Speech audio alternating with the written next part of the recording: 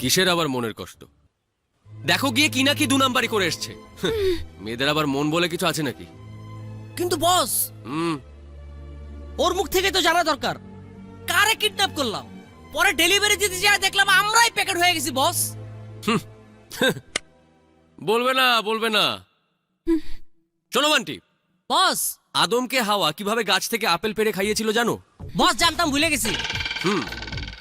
ওদের হাতে অলওয়েজ একটা অদৃশ্য ছুরি থাকে, সেই ছুরি দিয়ে কেটে।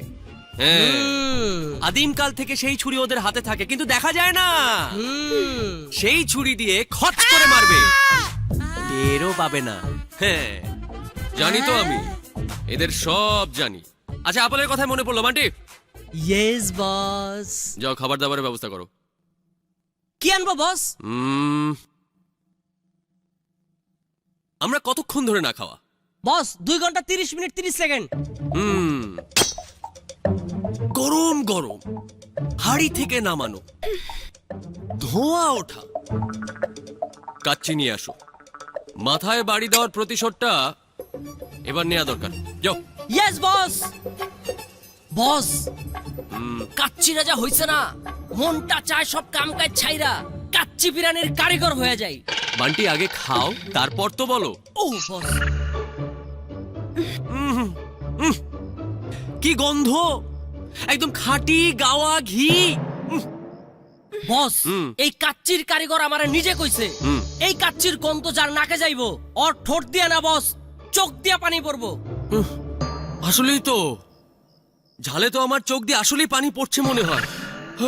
বস, মায়াটারে বুঝতে দিয়েন না যে আপনার ঝাল লাগছে, তাহলে বস বুঝে যাবো গা। আসলেই তো, না না কোনো ঝাল না, আসলে স্বাদই স্বাদ। রাতে ডেলিভারি দিয়ে ফিরে এসে সেম কাচ্চি খাবো। সবার ভাগ্যে তো আর কাচ্চি জোটে না, কপাল লাগে কপাল। ঠিক কইছেন বস, দুপুরের মতো রাত্র আমরা 3 প্যাকেট কাচ্চি আনুম।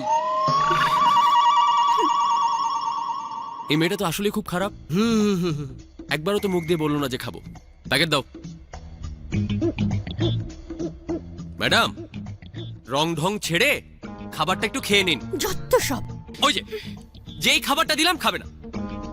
এই যে আমি তোমার বয়ফ্রেন্ড লাগি যে মুখে তুলে খাইয়ে দিব? খাও।